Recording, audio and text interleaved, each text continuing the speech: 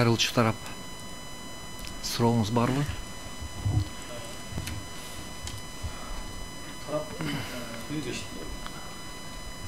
Тараптын иштин материалдарында көрсөткөн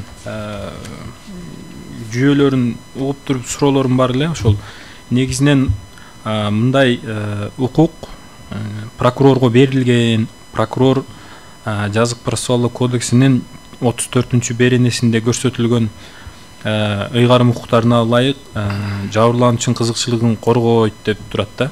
Азыркы учурда иштим азыр менин айтып өттүм, ага чейин баяндоочу судья айтып өттү. Мындай прокурор даттанбай койду да. Бул учурда анын укугун ким коргошу керек?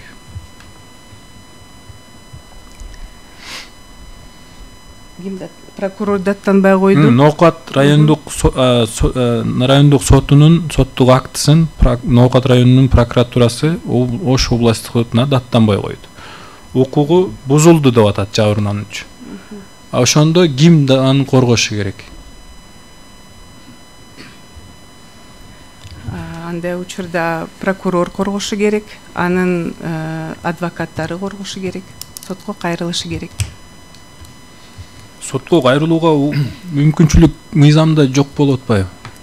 Сот Ош областтык соту силердин даттанууга укугуңар жок деп материалды кайтарып койду. Ал иштин материалдарында баары таанышкан болсоңуз.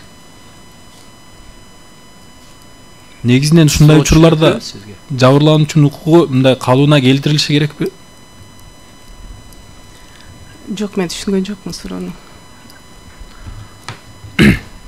Азыр сиз прокурор коргошу керек деп атасыз да. Прокурор жазбай койду. Ал өзүнүн миссиясын аткарбады. Бул прокурор четке чыгардык. Прокурор жок деп туралы. Эми жабырлануучу өзү колуна алып атат укуктучу. Мен жазайын, мен өзүм коргоюн деп атат. Ошондо бирок мыйзам аны чектеп атат. Сен жаза албайсың апелляциялык тартипте даттануу деп атат. Бул учурда анын укугун ким коргойт? Прокурор коргош керек. 34-түнчү беренесинин основаниясында. Ал коргой атпайбы? Жок да, мындай истебиз. Мен мындай теорияны айтпай атам, мен практиканы айтып атам. Азыр бар ушул ситуация башыбыздан өттү. Жокпу сурооңуз? Урматтуу судьялар, барбы суроо? Мен жанакы эле суроону сизге берип көрөйүнчү. Мына кылмыш боюнча баш коргоо чарасынын маселесин чечилип атканда негизичи. Бул дагы тергөө мезгилинде болуп аткан маселе.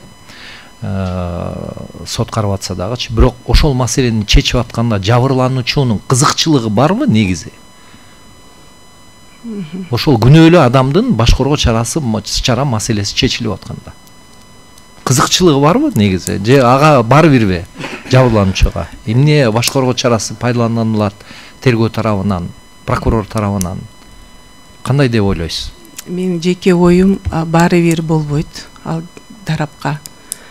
Жок, тиги кызыкчылыгы барбы негизи ошол маселе чечилип атканда? Мындай ага кызыктуу болобу ошол маселе? Мына кылмыш жасалды, анын жабырлануучусу бар, ал жабыр тарткан кылмыштан. Анан күнөөлүү адамдын баш коргоо чарасы чечилип атат. Тергөө мезгилинде азыр жыйынтыгы чыга элек маселе боюнча. Бирок тергөө мезгилинде ошол маселе чечилип атат. Ошо чечилип атканда негизи жабырлануучунун ошол маселеде кызыкчылыгы болушу мүмкүнбү же жокпу? Мүмкүн. Рахмат, отуруңуз.